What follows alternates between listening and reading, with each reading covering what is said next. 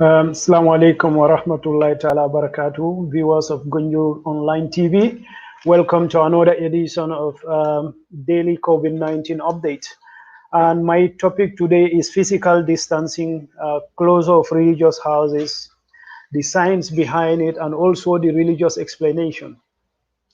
As you know, in the recent weeks, COVID-19 positivity rate increased 100%, and the death rate also is not letting off. In fact, the positivity rate yesterday was 34%. Death rate is like 3.4%. This is one of the worst death rates anywhere in the world. And if that continue, 680,000 Gambians could get infected, and up to more than 30,000 Gambia could die as a result of COVID-19 infection. But it's not only COVID we are dealing with. Our healthcare system is stretched to the limit, which means other endemic illnesses in the Gambia or infections in the Gambia are not getting the attention it deserves. A clear example of that is closure or converting Serekunda Hospital, one of the busiest in the country, if not the busiest, completely close to other illnesses, and is going to be dedicated 100% to COVID-19. That was not a smart decision, and it's only in the Gambia you can make such kind of decision and nobody blink. This is a serious matter, because this health facility serve more than 1/3 of the entire population of the Gambia.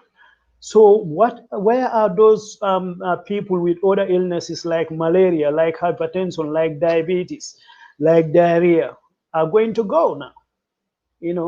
These people, they have so much money, but they misuse it. And now they are using the resources that is available to us to dedicate it to COVID. I'm not saying COVID is not important, but COVID alone cannot be more important to other illnesses, especially some of them have a cure already, whereby COVID doesn't have a definite cure up to now. So basically, first, I will give you the daily briefings, the statistic about COVID-19. Then I will start my today's presentation, which is physical distancing and closure of religious houses, and the scientific and religious explanation. COVID, as you are all aware now, unless you are from somewhere in Sukuta, where they are not very keen on social media. But COVID started in December 2019 in Wuhan provinces in China. And it is believed this is a virus, which is a coronavirus. It jumped from the bat to human beings.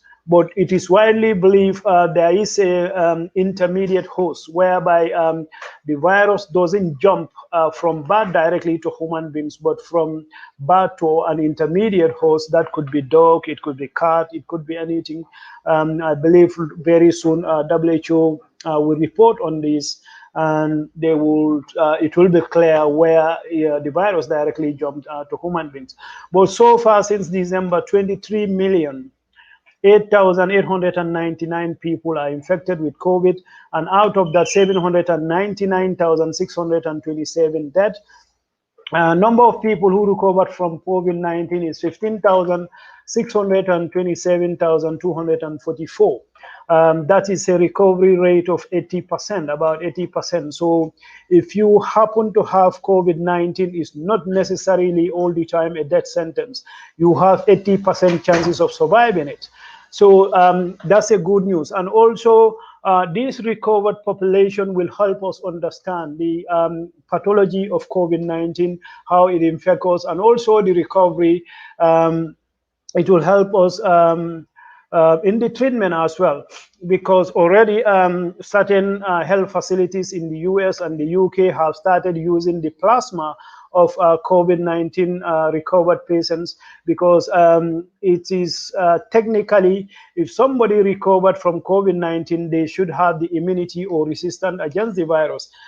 Immunity, by that I mean they should have these specially programmed proteins in their blood called immunoglobulins. So if you take their blood and spin it and take the liquid component, which is the plasma, and transfuse it into somebody who is having a viremia of COVID, they should recover, because this specially designed protein will go directly into their system, attack the COVID virus, and get rid of it.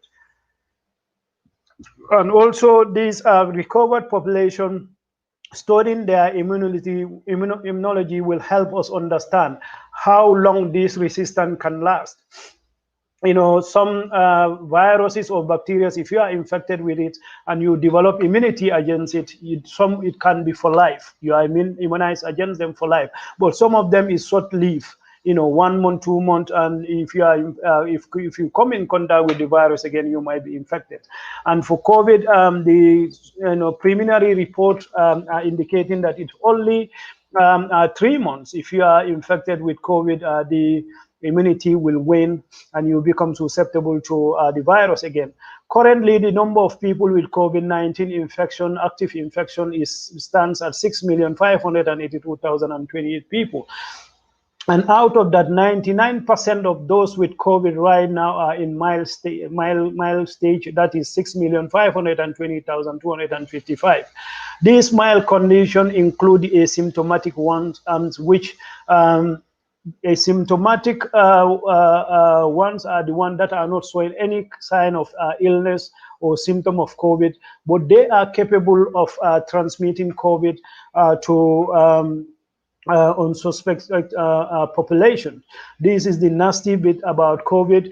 For some illnesses, before you can transmit the virus, you must have the you must be showing the signs of symptoms. But for COVID, it's completely different. You never know if somebody is infected or not, but what really happened, you can be asymptomatic and start transmitting the virus.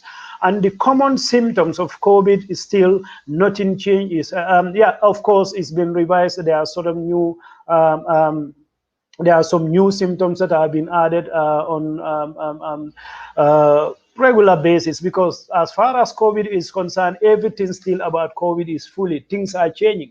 There are a lot more still we don't understand about this virus. That's why we have to be very, very careful. And that's why countries like the Gambia, where the medical facility is not up to scratch, is not up to standard, our best chance is prevention. We need to adhere to these physical distancing measures, wear face masks, and also regular washing our hands. And also, if you don't have a soap, alcohol hand-based gels. So the symptoms include headache, sore throat, persistent cough. These are mainly, most of the time, evidence, and also not very common. But for Gambia, all the people who had COVID in the Gambia, I hear their stories. Most of them developed loss of sense of smell, and also loss of sense of taste. So this is also common. Once you might be asymptomatic, but you start all of a sudden you cannot smell anything or you cannot taste anything, you should be suspicious. You should call the 1025 if you're in the Gambia to report your symptoms to the COVID-19 team. So also diarrhea also is very common with COVID patients. So last week I wrote an article which drew a lot of attention in the social media about how the symptoms of malaria and COVID superimpose, both symptomatically and also geographically. And right now we're supposed to be in the middle of malaria seasons. So there is a dilemma, diagnostic dilemma. Somebody might come with symptoms of malaria, but on the whole, they actually having COVID. So that's why COVID testing centers, they also should have malaria tests, which are cheap and they are widely available. Once somebody come down with symptoms of malaria, you should test them for COVID. If they come with symptoms of COVID, you test them for malaria. So you rule out one. Because if somebody happen to be having COVID and they also happen to have malaria and you don't detect it, it can make the management of COVID very, very difficult. Or somebody is having malaria, but you don't know because you don't test for COVID and they happen to have COVID. it can make malaria very, very complicated. So that's why our healthcare providers have to be very, very careful. Those in malaria endemic areas, I'm not saying if you are in the US or in the UK where malaria is not endemic and you don't have a recent travel history into malaria endemic regions, you don't have to worry about that. But if you are in Gambia, anywhere in Africa and Asia and Southeast Asia, whenever you have any kind of symptom that is related to malaria or COVID, both of them have to be ruled out. So currently, number of people with serious COVID-19 symptoms it stands at 61,773,000. These are the COVID patients that need hospitalization and mainly intensive care units. So what I'm going to do now, I'm going to give you the numbers past 24 hours and the total numbers of the COVID-19 cases of countries that are very, very close to the Gambia. As you know, Africa, our borders are very, very porous and they are poorly monitored. So as long as there is one case of COVID anywhere in these countries, nobody is safe. So that's why I always include it in my daily updates. The numbers in these countries. For example, Ivory Coast, so far they registered 17,249 cases. Past 24 hours, they recorded 17 new cases. Senegal, so far, recorded 12,689 cases, and past 24 hours, they recorded 130 new cases. Mauritania, 6,844 so far, and past 24 hours, they recorded 19 cases. Gambia, 2,401 cases, and most of these cases are past 2 weeks, 3 weeks, I can say. Guinea-Bissau, so far, 2,149 cases they recorded. Past 24 hours number for Gambia and Guinea-Bissau are not yet in. But Liberia, Sierra Leone so far recorded 1,972 cases and 3 new cases past 24 hours. Burkina, Liberia, no new cases. They are doing very well. They so far 1,284. And their death rates, you know, this is what caught my attention. Death rate for Liberia is only 0.6%, you know, compare that to Gambia, which is 3.4%. So Burkina Faso, so far 1,297, and past 24 hours, they recorded 5 new cases. Mali recorded new cases past 24 hours, but their total number is 2,667. So now I'm going directly to my today's discussions, which is physical distancing and closure of the prayer houses or the mosques or the churches. And, you know, the scientific explanation why we need to close these houses. For example, what is the science behind, you know, why do we need to close our prayer houses? I'm not familiar with what actually happened in the churches, but I know they congregate and they sing the hymn. And once you do that, on top of your voice, you generate aerosol. So if you are shouting, your aerosol travel far distance. Like if I'm speaking slowly, the aerosol that is coming out from my mouth didn't travel as far as if I am shouting on top of my voice. And the same thing applied in the mosque. If the imam is reciting on top of his voice, he generates aerosols. You know, so, and most of these prayer houses are very poorly ventilated. The air circulation is very, very poor. That's why they can be compared to markets, even though most of the time there are more people in the markets, but most of the time these markets are well ventilated and people are moving. They are not stationary compared to the mosque, where people stand shoulder to shoulder and somebody is shouting on top of their voice. So in the event that an imam, you know, happen to be COVID positive, he become a super spreader. I think you hear this term super spreader, where some people tend to spread the virus more than others. Still, why this happen, we're not very sure, but the theories that are more plausible is that super spreaders tend to have more virus in their bodies, and they have more viral loads. So the more virus you have in your body, the more you tend to spread if you speak or if you sneeze or you cough. But also the frequency. For example, we have one imam at the mosque, and he's the one responsible of leading the prayers in the morning, in the afternoon, in the mid-afternoon and at sunset, and also at the Isha time.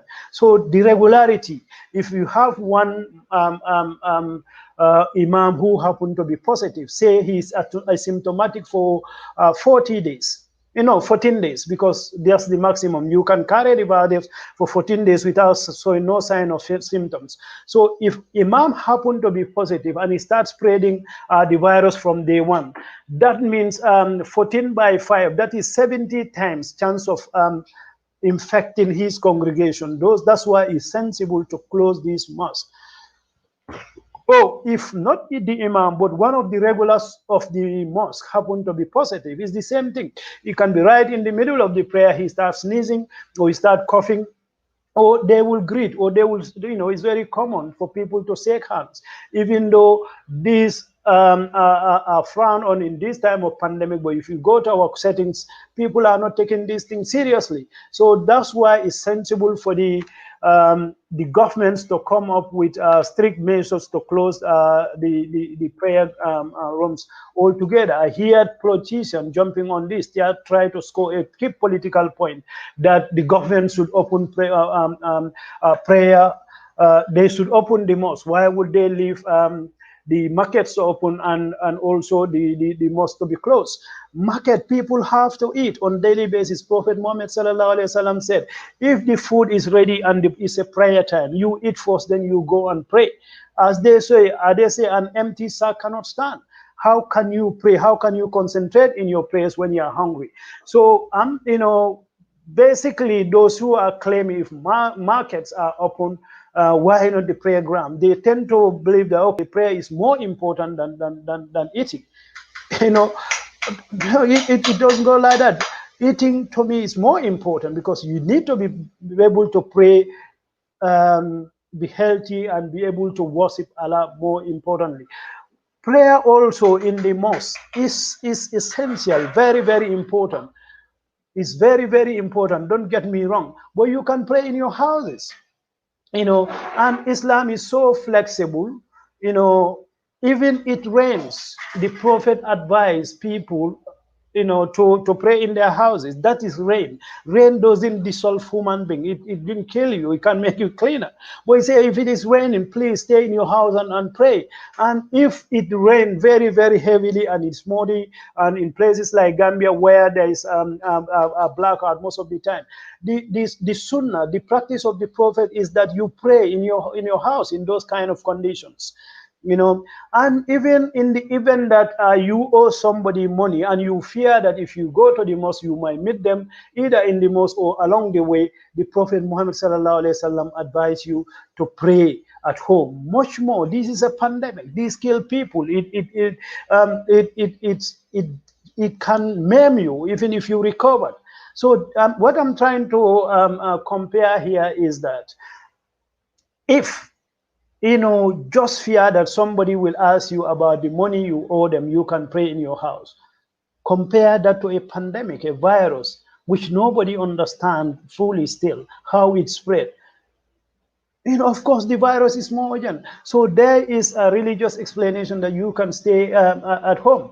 So I explained the scientific reason why we in this event we need to pray at home. Now I'm going to go full into the religion's explanation, because this is something Gambians taken very, very, very seriously, and probably that's one of the reason they are skeptical about in fact the whole COVID thing. COVID is real, it's here, it's no conspiracy. They don't want to destroy our religion. And most of the guidelines WHO put in place are exactly in line with our Islam. In fact, I can say this, the origin can find its way in Islam 1,400 years ago. So this deen is about protecting life at all costs. Protecting life is light at the center. If there is no life, there is no essence of this world. There will be no religion. So people have to understand that. Under any kind of circumstance, life have to be protected first. If that is okay, everything is safe, is equal, we can go back to our normal life, we can go to our mosque. In our lifetime, nobody ever asked us not to go to the mosque. All, if we don't go to the mosque, is based on the imam itself. The imam will decide, okay, let's pray the asr and this thing together because there is rain, or let's pray the maghrib and the isha together. Government never intervene, but they are intervening because they want to protect the citizenry, they want to protect our frontline workers, they want to protect our fragile healthcare system. So as you said, that no definite medicine was suggested for deadly epidemics like COVID were. However, strong recommendations were made to make a distance from the place of epidemics and ask people not to move away from the place of an epidemic. So you can see our religion describe physical distancing and also stay away from where the pandemic is. They were asked to stay put. Even during some emergencies, stay at home was allowed as part of Azan from the mosque. At the beginning of at the height of the pandemic here in Saudi Arabia, the call to prayer was modified. Instead of hayya ala salat, hayya ala falah, the muazzin, or the caller to the prayer, was saying, salat fi buyutikum, salat fi riyalikum, pray in your houses because there is an emergency situation. So there was a narration from Prophet sallallahu alaihi wasallam by Nafi. Allah's messenger used to tell the muazzin who call azan to pronounce azan and say, al-salati fi buyutikum, or pray at home in place of hayat as-salat, for the prayer at the end of the azan on a rainy or very cold night during the journey. Could you imagine that? If it is too cold or it's raining, the Prophet will ask the muazzin, please tell them to pray in their houses. Much more a pandemic which is creating havoc across the world, not only in the Gambia. So if it is allowed to pray in our houses during heavy rains or is or very, very cold temperatures, why not pandemic?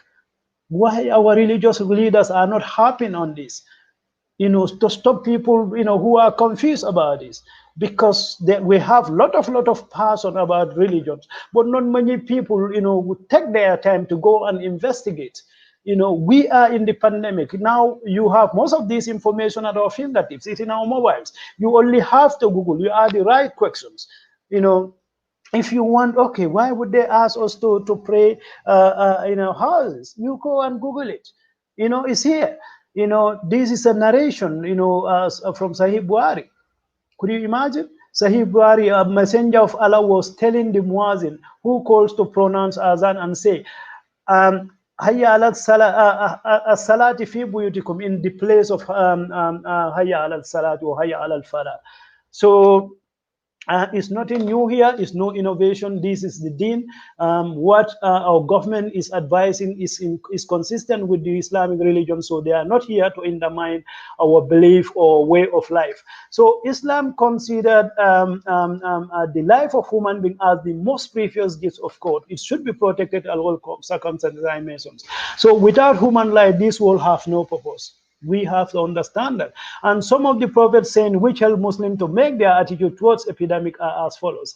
Narrated Abrahman bin Auf, I have heard Allah's messenger saying, if you hear about it, an outbreak of plague, which is pandemic in a land, do not go to it. But if the plague breaks out in a country where you are staying, do not run away from it. So this one I find very, very, very touching and also profound. And this also is a clear proof that our prophet definitely doesn't talk on his own accord, as he was sent by the Almighty Allah. He don't talk on his own. He talk about with divine wisdom. Because if he said, if you are in a place where there is pandemic, don't move. That's a generalization. That includes people who are healthy. And in this kind of pandemic we are now experiencing, we know people who look healthy in the outside, but inside they have this virus and they are capable of transmitting it. This is what this is the essence I draw from this part of this hadith. That means even if you feel healthy, don't go, because you might be having the virus and you might be transmitting it, as we have seen proof beyond reasonable doubt that you can be asymptomatic with COVID, but again, you can be transmitting the virus. So Messenger of Allah, peace be upon him, do not cause harm or reciprocate harm. Whoever harms others, Allah will harm him. Wow. Who is harsh with others, Allah will be harsh. Could you imagine that? These religious fanatics insisting they have to go to the mosque. Are you aware? Are you aware that you might be transmitting people? You might be transmitting the virus to people. And this is what Allah, Almighty Allah said. If you go to the mosque and you happen to be the reason of their illness, be rest assured that Almighty Allah is going to harm you as well, as narrated by our Prophet here. And also, we feel people condemning. Like personally, I saw the people, trying to shut me down that I'm spreading false information and being harsh. Please be careful, because Allah said, if you are harsh with others, Allah will be harsh with you.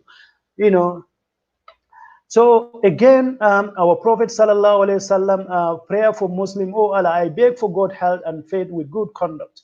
This is saying that Prophet Muhammad put a lot of emphasis about prevention, and he is praying for it here. This was narrated by Jabir, Messenger of Allah, peace be upon him, said, every disease has a cure.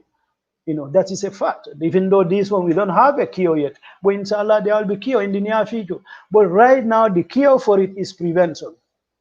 If 85% of the Gambia population or the whole population wear a face mask, this virus will disappear within 2 weeks. I can tell you that, because the chain of transmission will be cut.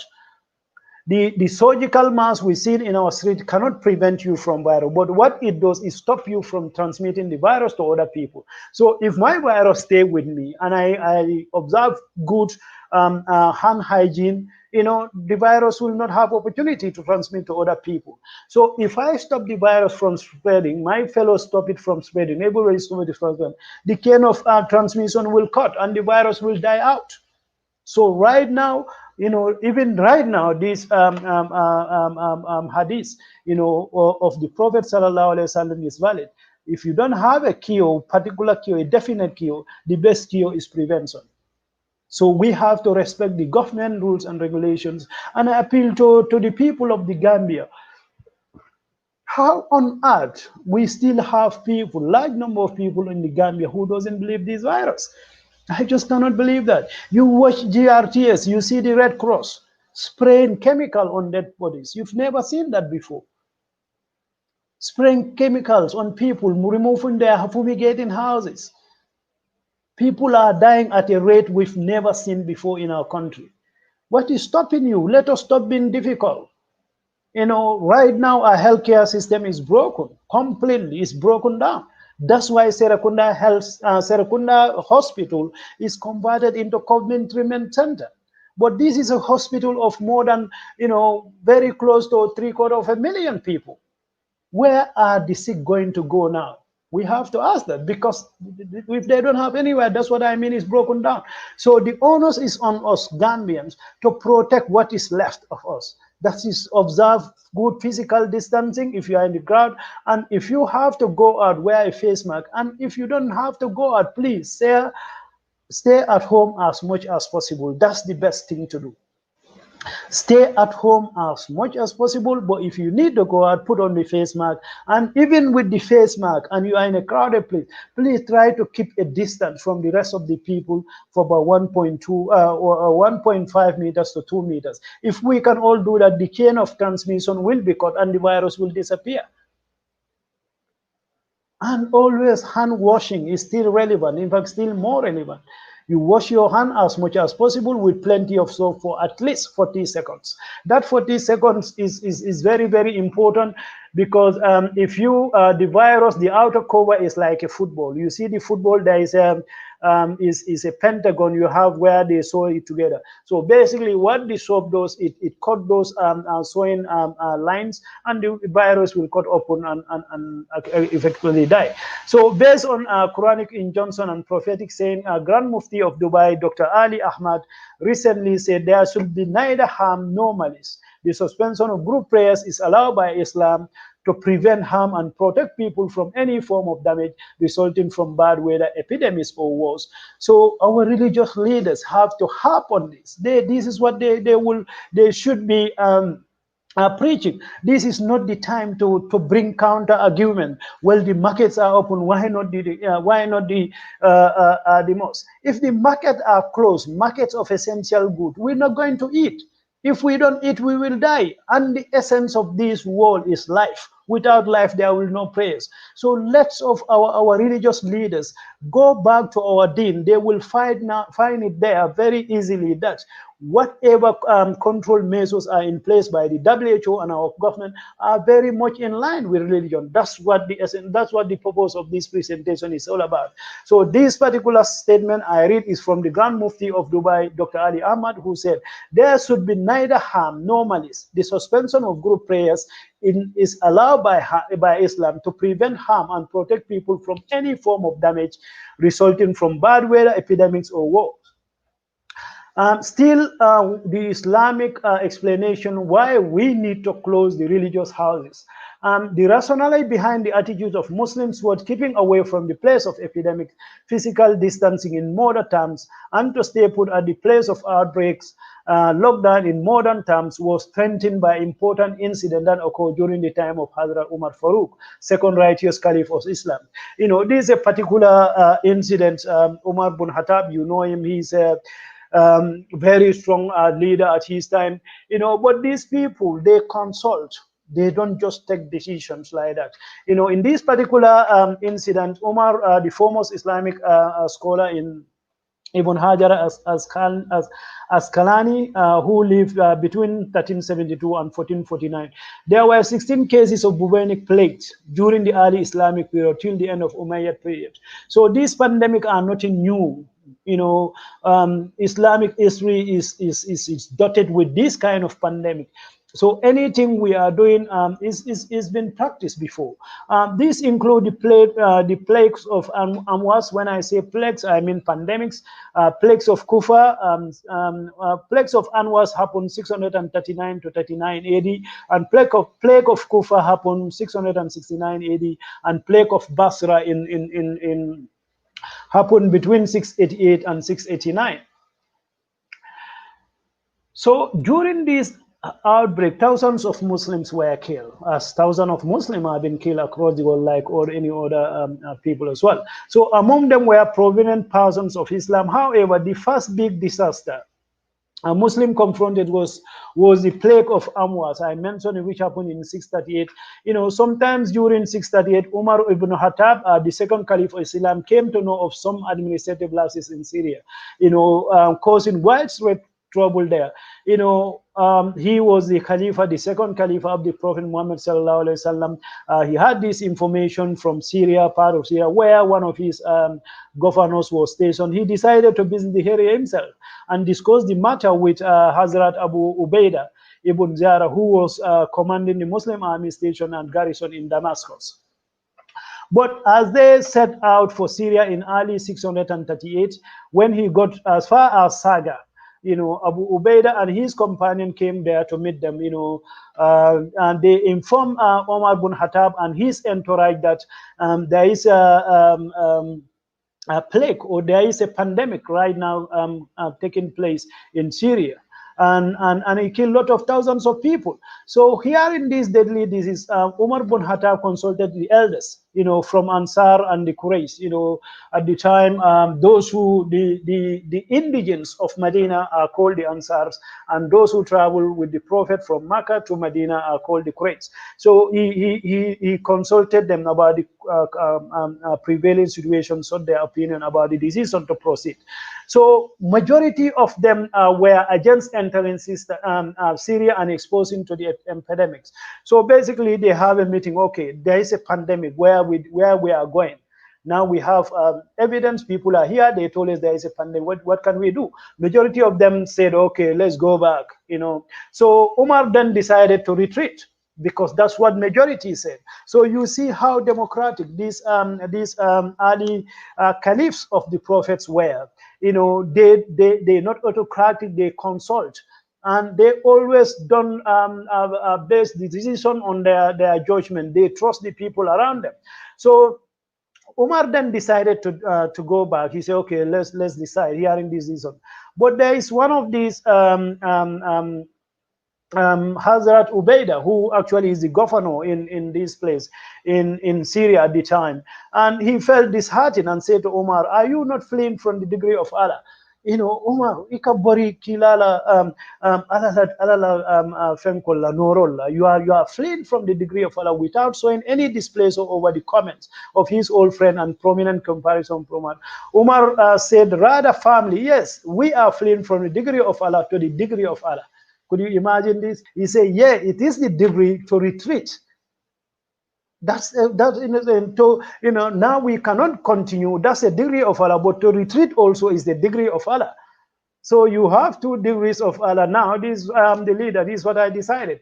In the meantime, while that little bit argument was going on, then Abrahman bin Auf remembered these hadiths, which the Prophet's one narrated to him was that in which Prophet advised his followers never to enter the land of a pandemic. About a year later, Hazrat Ubaidah, along with 3 others, companions, was among those 25,000 soldiers who become victims of daily plague in Sahih Bakri. So the guy, the Hazrat Ubaidah, who was arguing with Umar about not to retreat, eventually succumbs to a pandemic 2 years down the line. I'm not saying they are related, but this is a fate. So the story of Amwas and prophetic saying hadiths on epidemic are ethically powerful reasons for Muslims to follow present day norms for containing the spread of the deadly COVID-19. So this is what I'm explaining. Whatever WHO is mentioning, is putting in place now, and our governments are putting in place, is nothing new. These have their history in Islam. This should be a very, very good selling point for Islam. But our religious scholars are going by the emotion. They don't want to sit, and investigate and find, if what these people are saying, is it have any bearing to Islam? I believe they will. And further down the line, I will tell you why. Our religious leaders should slow down and think and help the government and help their congregations that they are not being un-Islamic. Not to go to the mosque is part of Islam. The essence of this life is the essence of this world is life. If there is no life, there will be no religion. There will be no world. Okay. So, like I was mentioning before, if Muslims slow down and investigate from the Quran, because that's what our religious teachers. If we still have the Quran as our source of reference, and the Sunnah of Prophet Muhammad will not make any mistake. O you who believe, this is an ayah from Surah An-Nisa. O you who have believed, obey Allah and obey the messenger and those in authority among you. If you disagree over anything, refer it to Allah and the messenger. If you should believe in Allah and the last day, this is the best, and this is the way and best in results. Could you imagine this? Almighty Allah is telling us to follow Allah and Prophet Muhammad. But following Prophet Muhammad, you are following Allah. Following Allah, you are following Prophet Muhammad. And he said, people in authority among you. But then there is a controversy. These are one of the most misinterpreted or abused ayah of the Quran, because the sect will tell you that they have to. Some sect will tell you have to obey them. That's what the Quran says. They have authority over you. No, they don't have authority over you. They are only your teachers. Your parents have authority over you. So that's why they need to be obeyed. Almighty Allah have authority over, they need to pay. But then those in authority also could be interpreted as people of knowledge. For example, when it comes to medicine, WHO is the authority, is the highest authority. Then we have governments, our presidents, they have authority of the people they rule. So if WHO should say, close the mosque, and our government came and say, okay, we put that in place. Now we have to follow that. If we call ourselves believers, this is a Quran. This is Quran talking, not me. Oh, you who have believed, obey Allah and obey the messenger and those in authority among you. If you disagree over anything, refer it to Allah and the messenger. If you should believe in Allah and the last day, this is the best way and best in result. This is Surah An-Nisa and ayah 59. So, like, if a Muslim actually said, well, why should they ask us not to go to the mosque? I give you example. That's if you disagree, go back. You go back to the Islamic history. You will find this in there. As I said in my previous slides, the plague of Amwas, where Omar bin Khattab and his entourage went to go to Syria, but they were told that there is a pandemic actually happening in Amwas. Then they need to come back. They disagree between themselves. Then Umar bin Auf get up and remind them that, look, this is what our prophet said. If there is a pandemic in a land, do not enter it. And if you are in a place where pandemic happen to occur, please don't run away and go to another places. So this is forbidden. And God said, you shall not kill yourself. He also said, do not expose yourself to ruin. Surah Al-Baqarah, 195. Let me take the time. Verse 195, do not cast yourself into ruin. Wow, okay. So I transgress a little bit.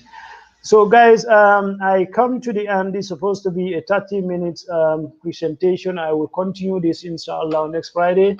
I just want to okay, let me read some of the comments. Sajo Fati, there are more shoutings in the markets than in the masjid. People are more should be okay. So yeah, Sajo Fati, that's a fact. But if there is more shouting in the markets, people are moving.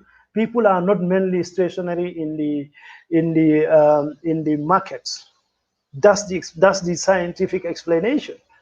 People are more stationary in the market. People are more stationary in the mosque, and they are more closely. They are standing at one place. If you can see somebody want to sneeze in the market, you can run away. Or somebody sneeze, you can run away before the aerosol reach at you. But during the prayer, if somebody sneezes, where are you going to go? You cannot cut your prayer. And if somebody is asymptomatic for 14 days, it's coming to the mosque, say every day, is attending all the prayers, he has 70 times chance of infecting people in those 14 days. This is the scientific explanation. And in the market, people from different they don't stay at each other. They go they come from different area and go. So this is the explanation. And also the markets are more well ventilated than the mosque. Most of these, some of the windows cannot even be opened. If there are windows, there are very few of them. It's dark and dinky. This all promotes viral transmission and all that. So this is the explanation. This is the explanation. Thank you very much for that. Please share the video as much as you can. And we hope to see you again tomorrow. I'm here at 3 o'clock UK time. I think that's 1 p.m. or 12 p.m. in the Gambia. And yeah, 12 p.m. in the Gambia. I'm here with Dave about Combo land issues, setting the record straight. And we hope to see you. And thank you for your viewers. We really appreciate your time and also your comments. We are here for you. We are trying to play our part in this pandemic. And everybody can do anything. If you share this video, you are doing your bit. And if you happen to take my information, what I give here, please go and speak to 5 people. What I said here about how religious support this closing of the mosque is from religious teaching from the prophet time. It's consistent with our religion. So it's nothing that they are undermining our religion. Go and speak to 5 people. And you also challenge those 5 people to go and speak to another 5 people. And also tell them to challenge the other 5 people. The message will just get across. We are one of the poorest nations on earth. And right now, our healthcare system is completely broken down. That's why Serakunda Hospital is converted into COVID treatment center only. It's a stupid decision. It doesn't make any sense because what is going to happen to older illnesses? We are right in the middle of malaria season. What is going to happen to diabetes patients? What is going to happen to people with diarrhea and other illnesses? These people have money to go and build temporary treatment centers. For example, Ndemban Clinic. tough volunteer to do part of the job. He finished his bit, but the government never finished their bit. And today I've seen itinerary of their spending. The ban clinic is included, and even the mattresses they're going to put is included. But the place is not finished. That's supposed to be the treatment center. And also, it's not surprising to see why we have a president like Adam Barrow as our president. Because president leaders anywhere in the world, they are true reflection of the people they rule. How on earth, 750,000 people, hospital, only one hospital is closed and nobody blink? Could you imagine? Nobody blink. In other places, this will trigger an immediate uprising. People will get up and ask questions. Where are we going to go? But not in the Gambia. So, but we can all do our best. Let's prevent ourselves. That's our best chance. Because if you are ill with COVID now, your chances are very limited. Initially, they were testing. If you are positive, they will go and find out your contacts and come and test them. Even if they are negative, they will put them in the quarantine for 2 weeks. But now, even if you are positive, but if you are asymptomatic, they tell you to go home and self-quarantine. How can anybody self-quarantine in Gambian homes? We know how we live together. Then they will tell you, if you are sick, you call 1025. And we know that number is not working. Just yesterday, we know there is a problem, but we don't know exactly. But they came yesterday. Actually, the number was actually going to order landlines and all that. So this is the situation. So all the positive you are seeing, they are right in the community. And why also our test rates, our positivity rate is very high? Because we are testing only the sick people, those who are sick. So we are in a terrible state. You know, we have to respect the lockdown rules. We have to observe strict physical distancing. We have to put on our face mask all the time you are going out, and also continue to wash your hand regularly with soap for minimum of 40 seconds. If you don't have soap, you know, alcohol-based hand sanitizers work very well. You know, that's what I have for you today. Thank you all very much. And also, Sergio, thank you. You are the only commentator today. Thanks for your comments. I really appreciate your time. Allah Baraka.